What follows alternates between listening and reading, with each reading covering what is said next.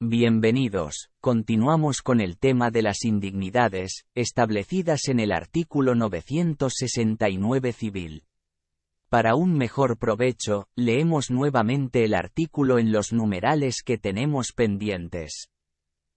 Artículo 969. Son indignos de suceder al difunto como herederos o legatarios. Numeral 4. El que por fuerza o dolo obtuvo alguna disposición testamentaria del difunto, o le impidió testar, o variar el testamento. Numeral 5. El que dolosamente ha detenido u ocultado un testamento del difunto, presumiéndose dolo por el mero hecho de la detención u ocultación. Vemos que en los numerales cuarto y quinto se sancionan con indignidad las violencias contra la libertad de testar. Pues en ellos se excluye de la sucesión al que por fuerza o dolo obtuvo alguna disposición testamentaria del difunto, o le impidió testar o variar su testamento, y al que dolosamente lo ha detenido u ocultado.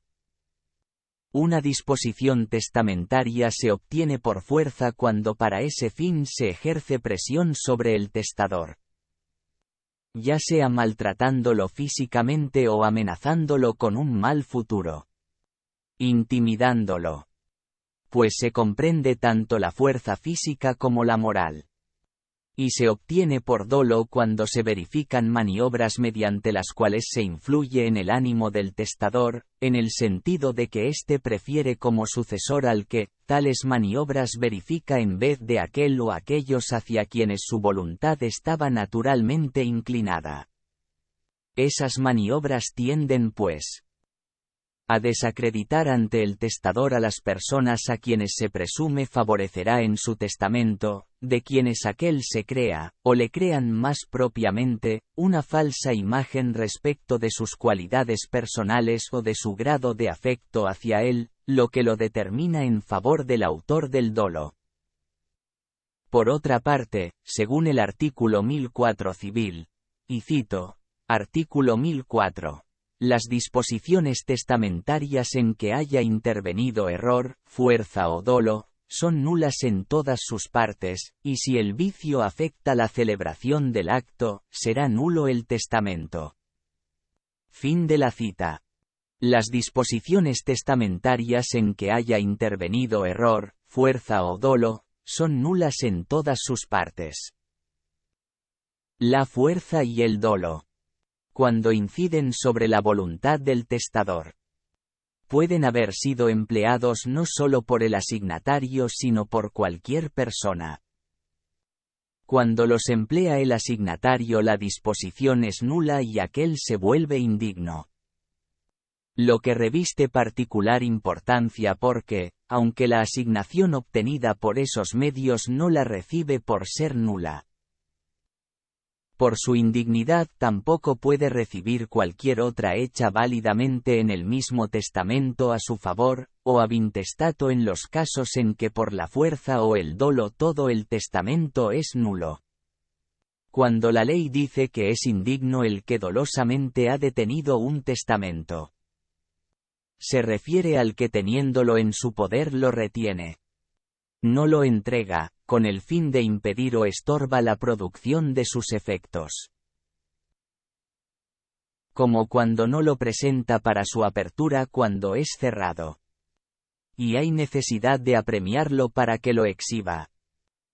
O no lo entrega a los interesados para que prueben su derecho cuando es abierto, y cuando dice que también es indigno el que ha ocultado el testamento se refiere al que lo ha escondido, o ha callado que lo tiene a sabiendas de que ya se abrió la sucesión, o niega tenerlo. La ocultación puede haber comenzado por una sustracción hecha a quien legítimamente lo tenía en su poder. Aun cuando nuestra ley no habla de ella, lo que se debe a que la sustracción, que aquí significa hurto, no es un fin en sí, sino un medio necesario para verificar la ocultación, que es lo que se pretende con aquella. Tales detención y ocultación deben ser dolosas, verificadas con la intención de perjudicar a otro, pero no hay necesidad de probar el dolo, porque según la misma ley que exige esa intención, esta, o sea el dolo, se presume por el mismo hecho o por el mero hecho de la detención u ocultación. Esta presunción es simplemente legal. Juris tantum. Lo que indica que lo único que ocurre es que la carga de la prueba, el onus probandi, se invierte. El que alega el dolo no está obligado a probarlo, como acontece ordinariamente, porque se presume, pero aquel a quien se le imputa es admitido a probar que su proceder fue justificado, no doloso. El fin que puede proponerse quien detiene u oculta un testamento es el de que las disposiciones del testador no tengan efecto. El de frustrarlas. Vale decir, que la sucesión se abra ab intestato. Porque sabe o sospecha que en el testamento no ha sido favorecido. O que la asignación que se le ha dejado es inferior a lo que le correspondería ab intestato.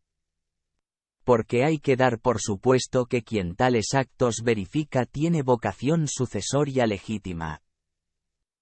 Que es heredero presunto ab intestato, ya que sólo así podrá tener interés en la detención u ocultación, y hace comprensible el hecho de que sea sancionado con indignidad, ya que si no está instituido en el testamento ni es sucesor ab intestato, mal podía ser excluido de la sucesión como indigno.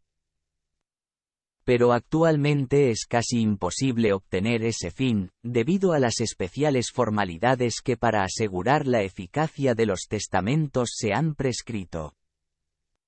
De nada sirve, por ejemplo, ocultar un testamento cerrado porque existe el duplicado archivado en la Corte Suprema de Justicia, o un testamento abierto porque se puede pedir otro testimonio en el mismo tribunal, todo con los requisitos legales.